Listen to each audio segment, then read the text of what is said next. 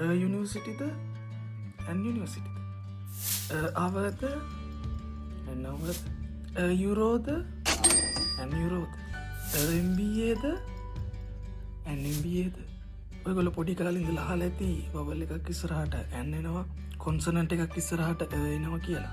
මේ කතාව සමහර තැන් වලට වරදිනවා. උදාහරණයක් විදිහට ගත්තොත් යුනිවර්සිටි an යුනිවර්සිටි නෙවෙයි an our නෙවෙයි. අපි මෙච්චර කලක් ඉගෙන ගත්ත ඔය රූල් එකේ පොඩි වෙනසක් තියෙනවා. වවල් එකක් ඉස්සරහට නෙවෙයි an එන්න ඕන. වවල් සවුන්ඩ් එකක් ඉස්සරහට. කොන්සනන්ට් සවුන්ඩ් එකක් ඉස්සරහට තමයි එන්නේ. මොනවද මේ වවල් sound? a e I O U මේවද නෑ වවල් සවුන්ඩ්ස් තමයි a e I O U ඇයි a e I O U කියන්නේ වවල් ලෙටර්ස්.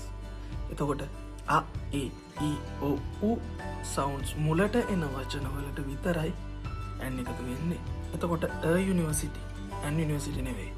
මොකද යුනිවර්සිටි වල තියෙන්නේ U කියන්නේ වවල් සවුන්ඩ් එකක් නෙවෙයි.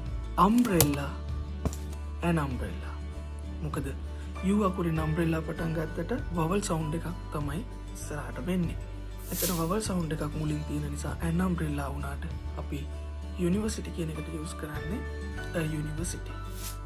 A university. Are you still studying in a university? Are you willing to go to a university? A university. ඒ වගේම තමයි an hour. H O U R. hour කියන වචනේ spellings H O U R උනාට මේකේ H silent. hour. එතකොට අපි කියන්නේ an hour. I've spent an hour to make this video. An MBA. I've got an MBA. A euro. Do you have a euro? Italy is a European country. Am I an honest man? Are you an honest man? Follow for more.